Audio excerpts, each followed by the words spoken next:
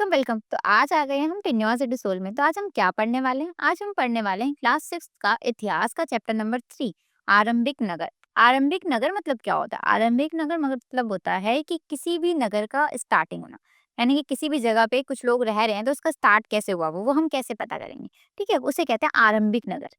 ठीक है, इसमें हम क्या पढ़ेंगे? इसमें हम पढ़ेंगे हड़प्पा सभ्यता। हड़प्पा उपमहाद्वीपों के सबसे पुराने शहरों में से एक था। क्या था? हड़प्पा बहुत पुराने शहरों में से एक था। इनके स्थानों को सबसे पहले पता तब चला जब अंग्रेजों द्वारा पंजाब में रेलवे लाइन लगभग 150 वर्ष पहले बिछाई जा रही थी, यानी कि पंजाब में रेलवे लाइन बिछाई जा रही थी अंग्रेजों के टाइम पे। ठीक है, तब इस स्थान के बारे में लोगों को पता चला। हालांकि तब उस समय के मजदूरों ने इस स्थान को केवल एक खंडहर माना था, यानी कि लोगों को लगा कि यहाँ खंडहर है, यहाँ से ईंटें उठाओ और ले जाओ रेलवे लाइन में बिछा दो। ये लोगों को पता था। लोगों को इतना ही लगा कि यहाँ पे कोई रहता नहीं है तो क्या हो, एक खंडहर हो जाता है जब कोई कहीं नहीं रहता है। तो वहाँ उन्होंने क्या किया, वहाँ की ईंटें उठाई और वे रेलवे लाइन में ले जाके बिछा दिए। तो बहुत सारे घर तो उन्होंने ऐसे ही तोड़ दिए थे, क्योंकि उन्हें पता नहीं था। ठीक है, और इसलिए वो इस स्थान से बहुत सारी ईंटें ले गए, जैसे मैंने अभी आपको बताया, जिससे उन्होंने रेलवे लाइन बिछाई। इससे कई इमारतें भी नष्ट हो गई। हड़प्पा सभ्यता की खोज लगभग 80 साल पहले की गई। कब की गई थी हड़प्पा सभ्यता की खोज? 80 साल पहले की गई थी, अब से। ठीक है, सबसे पहले जिस स्थान को खोजा गया था उसका नाम हड़प्पा था, यानी कि सबसे पहले किस स्थान को, जिस भी स्थान को खोजा गया था उस स्थान का नाम हड़प्पा था। जिस कारण बाद में खोजे गए सभी स्थानों को भी हड़प्पा सभ्यता के स्थानों के नाम से जाना जाने लगा। यानी कि जिस स्थान को खोजा गया था उस स्थान का नाम हड़प्पा था, जिसकी वजह से उस स्थान पे जितनी भी चीजें मिली थी उस स्थान का नाम ही हड़प्पा सभ्यता रख दिया गया था। ठीक है, इन शहरों का निर्माण लगभग 4700 वर्ष पहले शुरू हो गया था। उन्हें हड़प्पा के रूप में वर्णित किया गया। यानी कि अगर हम बात करें कि 4700 वर्ष पहले क्या शुरू हुआ था, तो वो हड़प्पा सभ्यता का निर्माण शुरू हो गया था। वहाँ पे लोग रहने लग गए थे, ऐसे एविडेंस पाए गए। और भी एक चीज मैंने बताई थी ना, सिंधु नदी के पास लोग कब से रहने लग गए थे? 4700 वर्ष पहले से लोग रहने लग गए थे। ठीक है, हड़प्पा नगरों की क्या विशेषता थी अगर हम बात करें, उसमें क्या था? ये शहर दो या अधिक भागों में विभाजित थे, यानी कि ये दो या बहुत सारे भागों में डिवाइड किए गए थे जहाँ लोग रहा करते थे। ठीक है, गढ़ क्या होता है? जो पश्चिम की ओर का भाग होता है, जो छोटा लेकिन ऊंचा होता है, उसे गढ़ कहलाता है। ये देखो, छोटा है कहीं ऊंचा है, तो ये शायद यही उनके टाइम पे गढ़ होता था। निचला शहर मतलब पूर्व का भाग बड़ा था लेकिन नीचे नीचे वाला भाग निचला शहर कहलाता था। यानी कि पूर्व क्या होता है? ईस्ट की तरफ होता है। तो ईस्ट की तरफ का भाग जो था वो बड़ा था, लेकिन उसके साइड में देखा गया कि वो भाग निचले, थोड़ा सा नीचे था, तो इसलिए उसे निचला शहर कहलाता है। ठीक है, प्रत्येक भाग के चारों ओर पकी हुई ईंटों की दीवारें बनाई गई थी। यहाँ की वो भी ये भी देखा गया, जैसे कि मैंने ये दिखाया ना आपको। ये देखो, सारी ईंटें क्या है यहाँ पे? देखो, पक्की पक्की ईंटें हैं, यहाँ पे कोई भी कच्ची ईंटें नहीं है। देखो, सारी एकदम बेक टिकती थी, यानी कि पकाई जाती हैं। जैसे ईंटें आपने देखा होगा रास्तों में, देखते हुए खंभे मिलते हैं तो वहां पे देखते हो ईंटें पकड़ी होती है, तो ऐसी ईंटें पाई गई थी उस टाइम पे। ईंटें इतनी अच्छी तरह से पकी हुई थी कि वे हजारों साल तक टिकी रहीं। आज हम पता लगा रहे हैं जो कि 4700 साल पहले बना था। तो ईंटें इतनी मजबूत थी कि जो आज भी टिकी हुई थी। ईंटों को एक दूसरे से जोड़कर रखा गया था और इससे दीवार मजबूत हो गई। ठीक है, इतने देखो ना कितने अच्छे से, ये देखो कितने अच्छे से रखा गया है ताकि दीवारें इतनी मजबूत थी कि कोई आसानी से इन्हें तोड़ ना सके। उस टाइम की बात करें जो 4700 वर्ष पहले की बात की गई थी। ठीक है, और इसमें और इससे दीवारें मजबूत हो गई। कुछ शहरों में गढ़ और विशेष इमारतें बनाई गई। उदाहरण के लिए मोहनजोदड़ो में एक बहुत ही खास तालाब बनाया गया था जिसे पुरातत्वविद महान स्नानागार कहते हैं। यानी कि वहां पे एक नहाने का बात बनाया, वहां पे स्नान घर था जिसमें लोग नहाया करते थे। कोई फेस्टिवल वगैरह होगा तो लोग नहाया करते थे वहां पे, ऐसा भी एविडेंस मिला है हमारे आर्कियोलॉजिस्ट लोगों को। मोहनजोदड़ो, हड़प्पा और लोथल जैसे कुछ शहरों में विस्तृत भंडार गृह थे। यानी कि हमने ये भी देखा मोहनजोदड़ो में, हड़प्पा में और लोथल में कि यहाँ पे कुछ शहरों में विस्तार बड़े बड़े भंडार घर पाए गए थे। ठीक है, वो कहाँ कहाँ पाए गए थे? मोहनजोदड़ो में, हड़प्पा में और लोथल में, ऐसे कुछ शहरों में उनके पाए गए थे। 19,614 मकान, नालियां और सड़कें मिली हैं। ठीक है, ज्यादातर घरों में नहाने के लिए अलग से जगह होती थी और कुछ घरों में पानी की आपूर्ति के लिए कुएं भी होते थे। जैसे आज भी हमने अपने गांव में देखा है, बहुत लोग के पास कुएं होते हैं।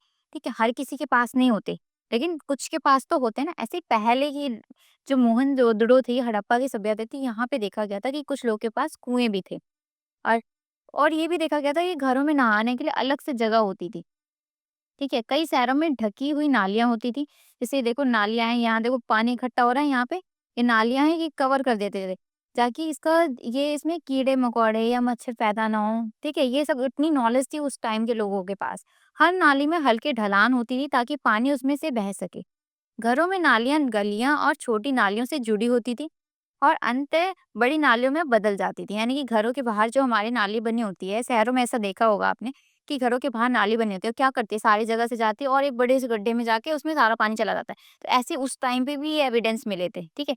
तीनों यानी घर, नालियाँ और सड़कें एक ही समय में बनाई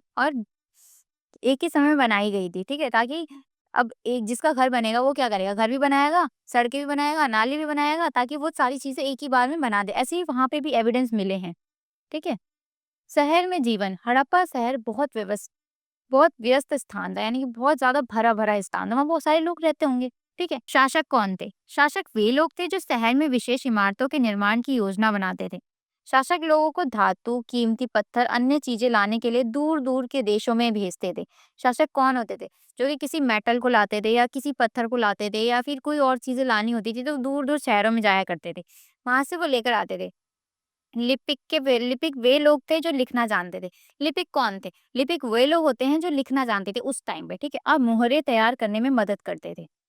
मुहर मतलब होता है जैसे कि हमने हमारे जो कॉइन्स होते हैं, हमने उसपे देखा होता है कि आरबीआई एक कॉइन पे एक स्टिकर वो स्टैंप लगा के भेजता है, तो स्टैंप को उस टाइम मुहरें कहते थे, ठीक है? तो वो मुहर तैयार किया करते थे उस टाइम के लोग। और संभवतः अन्य ऐसी सामग्रियाँ भी लिखते थे जो अब बची नहीं है। यानी कुछ ऐसी चीज़ें भी थी जो अब नहीं बची हुई हैं, उस पे भी वो मुहर लगाते थे। वहाँ पुरुष और महिलाएँ शिल्पकार थे, दोनों ही डिज़ाइनिंग करते थे, चीज़ें बनाया करते थे, पुरुष भी और महिलाएँ भी, जो हर तरह की चीज़ें बनाते थे, ठीक है? हड़प्पा शहर में अनेक टेराकोटा खिलौने मिले हैं। टेराकोटा खिलौने वो होते हैं जो कि लकड़ियों के खिलौने होते हैं और भी चीज़ों के खिलौने होते हैं, वो मिले थे हड़प्पा शहरों में, जिनसे पता चलता है कि बच्चे इनसे खेलते होंगे।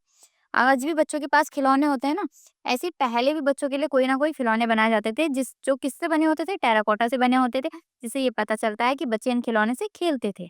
में नए शिल्प आए यानी कि हड़प्पा शहर में बनी और पाई गई अधिकांश वस्तुएं पत्थर, शंख और धातु की थी।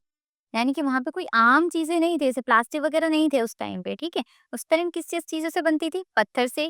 पत्थर से बनती थी, शंख से बनती थी, धातु से मेटल से बनती थी, जिनमें तांबा, कांस्य, सोना और चांदी शामिल थे, ठीक है? तांबे और कांस्य का उपयोग औजार बनाने में, हथियार बनाने में, आभूषण, बर्तन बनाने के लिए किया जाता था। यानी कि तांबे के बर्तन देखे हैं आपने? आज भी देखे होंगे, हाँ, आभूषण देखे होंगे, हथियार देखे होंगे, ये सब चीज़ें उस टाइम लोग यूज़ किया करते थे, ठीक है? सोने और चांदी का उपयोग आभूषण और बर्तन बनाने के लिए किया जाता था। आज भी यूज़ करते हैं लोग। सोने चांदी क्या करते हैं? जैसे आभूषण बनाते हैं, नेकलेस बनाते हैं, हाथों की अंगूठियाँ हो गई, गले के नेकलेस हो गए, पैरों की पायल हो गई या हाथों के ब्रेसलेट हो गए, ये सब क्या है? ये सब सोने चांदी के लोग बनवाते हैं और बर्तन बनवाते थे जिसमें वो खाना खाया करते थे। हड़प्पा वासियों ने पत्थर की मोहरें बनाई जो आयताकार थी, यानी कि उन्होंने पत्थरों की मोहरें बनाई जो काफ़ी टाइम तक चली थी, ठीक है? और उन पर एक जानवर अंकित था। और उसपे एक जानवर भी बनाया हुआ था जो हड़प्पा की मोहरें थी, ठीक है? हड़प्पा वासी सुंदर काले डिज़ाइन वाले बर्तन भी बनाते थे। मोहनजोदड़ो में चांदी के फूलदान के ढक्कन पर कपड़े के वास्तविक टुकड़े तथा कुछ तांबे की वस्तुएं लगाई हुई पाई गई। यानी कि अगर मोहनजोदड़ो में बात करें तो उसमें चांदी के फूलदान क्या होता था? फ्लावर पॉट, जैसे कि ये देख रहे हो ना, ये आप फ्लावर पॉट देख रहे हो, ऐसे फूलदान होते थे जिसमें बहुत सारे फूल लगाए थे, उनके ढक्कनों पे कपड़ों के वास्तविक टुकड़े म्हणजे यानी कि कपड़ों के टुकड़े भी पाए गए हैं, ठीक है? और कुछ तांबे की वस्तुएं लगी हुई पाई गई हैं। पुरातत्वविदों को टेराकोटा और फाइन से बनी तकली चक्र भी मिले हैं जिनका उपयोग धागा काटने के लिए किया जाता था, यानी कि धागा बुनने के लिए किया जाता था। ऐसे भी एविडेंस मिले हैं हमारे आर्कियोलॉजिस्ट लोगों को। हड़प्पा में उत्पादित अधिकांश वस्तुएं संभवतः विशेषज्ञों का काम कच्चे माल की खोज में। कच्चे माल वे पदार्थ हैं जो या तो प्राकृतिक रूप से पाए जाते हैं या किसानों या चरवाहे द्वारा उत्पादित किए गए थे। यानी कि वो पदार्थ कच्चे माल रॉ मटेरियल वो थे, यानी कि वो मटेरियल होते थे जो कि नेचुरली पाए जाते थे या फिर किसानों या चरवाहों ने बनाए हुए थे, ठीक है? कच्चे माल को तैयार माल बनाने के लिए संसाधित किया जाता था। हड़प्पा के लोग जो कच्चे माल का इस्तेमाल करते थे वो स्थानीय स्तर पर उपलब्ध थे, जबकि तांबा, टिन, सोना, चांदी और कीमती पत्थर जैसी कई वस्तुएं दूर-दूर से लाई जाती थी। जो नेचुरल चीजें होती थी या जो आसानी से बन जाती थी ना, वो खुद बना लेते थे। लेकिन जो चीजें महंगी होती, जैसे बात करें हम तांबा, टिन, सोना, चांदी, ये दूर-दूर से लाई जाती थी ताकि लोग उसका यूज कर सकें, ठीक है? प्राप्त होता था। तांबा कहाँ से मिलता था? जो इस टाइम पे राजस्थान है और पश्चिम एशिया के ओमान से मिलता था, ठीक है? टिन जिसे तांबे के साथ मिलाकर कांस्य बनाया जाता है। कांस्य भी एक तरीके का मेटल होता है, धातु होता है, ठीक है? वर्तमान अफ़गानिस्तान और ईरान से लाया गया था। वर्तमान में अफ़गानिस्तान और ईरान से लाया गया था तांबा। सोना वर्तमान कर्नाटका से सोना कहाँ से आता था? कर्नाटका से आता था और कीमती पत्थर वर्तमान में कहाँ से आते हैं? देखा गया गुजरात से, जो कि इस टाइम पे गुजरात है, ठीक है? वर्तमान में गुजरात है, वहाँ पे उस टाइम पे कुछ और नाम होता होगा। तो अगर सोने की बात करें तो उस टाइम पे कहाँ से लाया जाता था? कर्नाटका से और कीमती पत्थरों की बात करें तो गुजरात से, ईरान और अफ़गानिस्तान सॉरी, ईरान और अफ़गानिस्तान से लाए गए थे ये सब चीज़ें, ये भी देखी गई हैं, ठीक है? शहरों में लोगों के लिए भोजन कहाँ से आएगा? ठीक है? वो कहाँ से आता था? वो ग्रामीण लोग भेजते थे। वो फसल उगाते थे, फिर जो उससे फसल होती थी वो शहरों में बेचते थे, बेचा करते थे जिससे शहरों के पास लोगों के पास आया करती थी। हड़प्पा के लोग गेहूँ, जौ, दालें, मटर, चावल, तिल, अलसी और सरसों उगाते थे। ये भी एविडेंस हमें मिले हैं। हल का उपयोग मिट्टी को खोदने और बीज बोने के लिए किया जाता था। हल का उपयोग किस लिए किया जाता था? मिट्टी को खोदने के लिए। आज भी हमने गाँव में देखा होगा ऐसे करके कुछ ऐसे करके ऐसे हल होता है, ठीक है? उसका उपयोग किस लिए किया जाता है? उसका उपयोग किया जाता है इसमें बीज बोते हैं, जैसे छोटी-छोटी बीज होती है ना उसमें बोने के लिए किया जाता था। तो पहले हल का उपयोग किया इसलिए जाता था, आज भी इसीलिए किया जाता है। जब पौधे बढ़ रहे थे तब पानी का भंडारण किया गया और खेतों में आपूर्ति की गई। यानी कि जब पौधे बड़े होंगे उनको ज़्यादा पानी चाहिए होगा, इसलिए उन्होंने पानी का भंडारण इकट्ठा किया पानी को, ताकि वो खेतों को ईज़िली पानी पहुँचा सकें। हड़प्पा के लोग गाय, भेड़, बकरी और भैंस पालते थे। हड़प्पा में भी एविडेंस मिले हैं कि लोग गाय, भेड़, बकरी, भैंस पाला करते थे। शुष्क गर्मी के महीनों में पशुओं के बड़े झुंड घास और पानी की तलाश में संभवतः अधिक दूर तक ले जाए जाते थे। यानी कि जब लोग जानवर पालते थे तो मैंने बताया ना उन्हें चराने के लिए लोग ले जाया करते थे, तो पानी की तलाश में लोग बहुत बहुत दूर तक चले जाते थे। शुष्क मतलब बहुत जो गर्मी पड़ती है, मई जून वाली गर्मी पड़ती है ना, उस टाइम पे लोग ऐसा किया करते थे। लोग बेर जैसे फल भी इकट्ठा करते थे, मछलियां पकड़ते थे और मृग जैसे जंगली जानवरों का शिकार भी करते थे। गुजरात के हड़प्पा कालीन शहरों पर एक करीबी नजर धोलावीरा शहर कच्छ के रण में खादिर बेट पर स्थित था। यानी कि हमने गुजरात में भी एक शहर देखा था जो कि क्या था, धोलावीरा शहर भी पाया गया था, ठीक है? वो कहाँ था? कच्छ के रण में खातिर बेट पर स्थित था, ठीक है?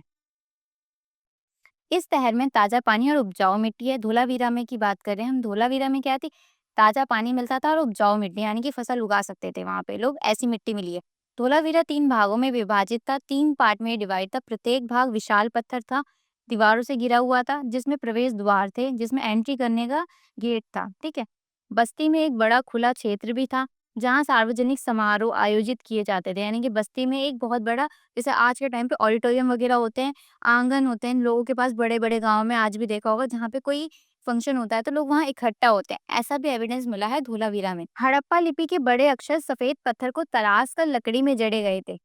यानी कि अगर हम बात करते हैं कि हड़प्पा लिपि में कैसे अक्षर मिलते थे, तो वो बड़े अक्षर पाए जाते थे जो कि सफेद पत्थर को खोद के, यानी कि उसको उसपे निशान बना-बना कर लिखे जाते थे, ठीक है? तराश कर लकड़ी में जड़े थे, यानी कि लकड़ी में उसको लगा के अच्छे से व्हाइट पत्थर पे डिज़ाइन बना-बना के नाम से लिखे-लिखे अक्षर मिले हैं बड़े-बड़े। लोथल शहर गुजरात में खंबात की खाड़ी के पास साबरमती की एक सहायक नदी के किनारे स्थित था। लोथल शहर भी मिला था, जो कहाँ था? वो गुजरात में था। धोलावीरा भी गुजरात में था। ये कहाँ था? लोथल। लोथल था खंबात की खाड़ी के पास साबरमती, साबरमती एक नहर है वहां पर मिला था, ठीक है? जो नदी के किनारे पर था। शहर में अर्थात कीमती पत्थर जैसे कच्चे माल आसानी से उपलब्ध थे। यानी कि लोथल शहर में क्या सबसे ज़्यादा मिलता था? जो कीमती-कीमती पत्थर होते थे ना, जिसे डिज़ाइनिंग कर जा सकती है, वो मिला करते थे। शहर में एक भंडार गृह भी था, जिसमें भंडार इकट्ठा किए जाते थे। जैसे बहुत सारे अनाज हो जाते थे, वो लोग कहाँ इकट्ठा करते थे? भंडार गृह में। ऐसा लोथल में एविडेंस मिला है। मोती बनाने की कार्यशाला, पत्थर के टुकड़े, आधे बने हुए मोती, मोती बनाने के उपकरण और तैयार मोती सभी यहाँ पाए गए हैं। यानी कि जो बहुत सारी जो मोती से माला वगैरह बनती थी ना, वो भी यहाँ पे पाए गए थे लोथल शहर में, ठीक है? अंत का रहस्य का मतलब होता है कि ऐसा क्या हुआ जो ये शहर खत्म हो गया, यहाँ से लोग चले गए, ऐसा क्या हुआ? ठीक है? लगभग 3900 साल पहले हम एक बड़े बदलाव की शुरुआत देखते हैं। लगभग 3900 साल पहले हम एक बड़े बदलाव की शुरुआत देखते हैं। लोगों ने कई शहरों में रहना बंद कर दिया। ऐसा क्या हुआ होगा कि लोग इन शहरों को छोड़ के चले गए? ठीक है? लेखन, मोहरों और बाटों का अब इस्तेमाल नहीं किया जाता है। यानी कि मोहरे और लेखन, मोहरों और बाटों का अब इस्तेमाल नहीं किया जाता है। दूर-दूर से लाए जाने वाले कच्चे माल दुर्लभ हो गए, वो वहीं पड़े रह गए। वहीं जोदड़ों में हम पाते हैं कि सड़कों पर कूड़ा-कचरा जमा हो गया, जल निकासी व्यवस्था टूट गई, यानी कि जल निकलने की व्यवस्था भी जल अब कहीं से जल ही नहीं आता था, ये व्यवस्था भी नहीं रही। सड़कों के ऊपर ही नए कम प्रभावशाली घर बनाए गए और ये भी देखा गया कि लोगों ने घर बनाए थे लेकिन लोग वहाँ रह नहीं रहे थे, लोग वहाँ से चले गए थे और मोहरे भी अब बंद हो गई थी, ये भी पाया गया था अंत के रहस्य में, ठीक है? ये सब क्यों हुआ? हमें यकीन नहीं है, कुछ विद्वानों का सुझाव है कि नदियाँ सूख गईं। ऐसा माना जाता है कि इसका कोई मतलब परमानेंट मतलब इसका कोई एग्ज़ैक्ट एविडेंस नहीं है हमारे पास कि ऐसा क्या हुआ कि यहाँ लोग रहना बंद कर दिए या पूरा-पूरा इतना बड़ा-बड़ा शहर जो था, इतने बड़े-बड़े मकान थे, लोग छोड़ के चले गए। ऐसा क्या है हमारे हमारे पास ऐसा कोई एविडेंस नहीं है, ठीक है? तो कुछ विद्वानों का मानना है कि वहाँ नदियाँ सूख गई, जब पानी ही नहीं रहेगा तो लोग क्यों रहेंगे वहाँ पे, ठीक है? अन्य सुझाव देते हैं कि वनों की कटाई हुई और उनका कुछ लोगों का ये भी मानना है कि वन जो थे वहाँ काट दिए गए थे। कुछ क्षेत्रों में बाढ़ आई थी, ऐसा भी लोग कहते हैं कि बाढ़ आई थी, लोग बह गए थे या फिर वहाँ पे बहुत ज़्यादा पानी भर गया था इसलिए लोग दूसरी जगह चले गए। लेकिन इनमें से कोई भी कारण सभी शहरों के खत्म होने की व्याख्या नहीं कर सकता और लेकिन इनमें से किसी के पास भी कोई फाइनली एग्जैक्ट एविडेंस नहीं है कि लोग यहाँ से सब जगह से क्यों चले गए, ठीक है? ऐसा किसी के पास फाइनल एविडेंस नहीं है। ऐसा लगता है कि शासकों ने नियंत्रण खो दिया। ऐसा भी लगता है कि जो राजा वगैरह थे उन्होंने अपना जो नियंत्रण था वो खो दिया था, वहाँ से लोगों को निकाल दिया गया था, ऐसा भी माना जाता है। बहुत सारी अलग-अलग कहानियाँ हैं। ऐसा लगता है कि शासकों ने नियंत्रण खो दिया। सिंध और पश्चिमी पंजाब वर्तमान पाकिस्तान में स्थित स्थलों को छोड़ दिया गया था। ठीक है, ऐसा भी माना जाता है कि लोगों ने जो सिंध और पश्चिमी पंजाब अब पाकिस्तान में है, ऐसा माना जाता है कि लोगों ने इस जगह पे रहना छोड़ दिया था। जबकि कई लोग पूर्व और दक्षिण में नई छोटी बस्तियों में चले गए। लोगों का ये भी मानना है कि लोग उस जगह से दूसरी जगह चले गए थे। ठीक है? कुछ इम्पोर्टेंट डेट्स, अगर हम इम्पोर्टेंट डेट की बात करें तो मेहरगढ़ में कपास की खेती कब हुई थी? 7000 साल पहले। कब हुई थी मेहरगढ़ में कपास की खेती? 7000 साल पहले। नगरों का आरंभ कब हुआ था? 4700 वर्ष पहले और ये सबसे पहले ये भी पाया गया है कि सिंधु नदी के पास लोग रहे 4700 वर्ष पहले रहना शुरू करते हैं, ठीक है? नगरों के अंत की शुरुआत कब हुई? अब हम बात करते हैं नगरों का अंत कब हुआ? ये कब पाया गया है? ये पाया गया उन 3900 वर्ष पूर्व लोग रहना छोड़ चुके थे यहाँ पे, ये भी पाया गया है, ठीक है? नए नगरों का विकास कब हुआ? 2500 वर्ष पहले पाया गया है, ठीक है? Thank you so much. तो कैसा लगा आपको ये चैप्टर? ये ज़रूर बताना मुझे, ठीक है? अब हम मिलते हैं आपसे नेक्स्ट चैप्टर में।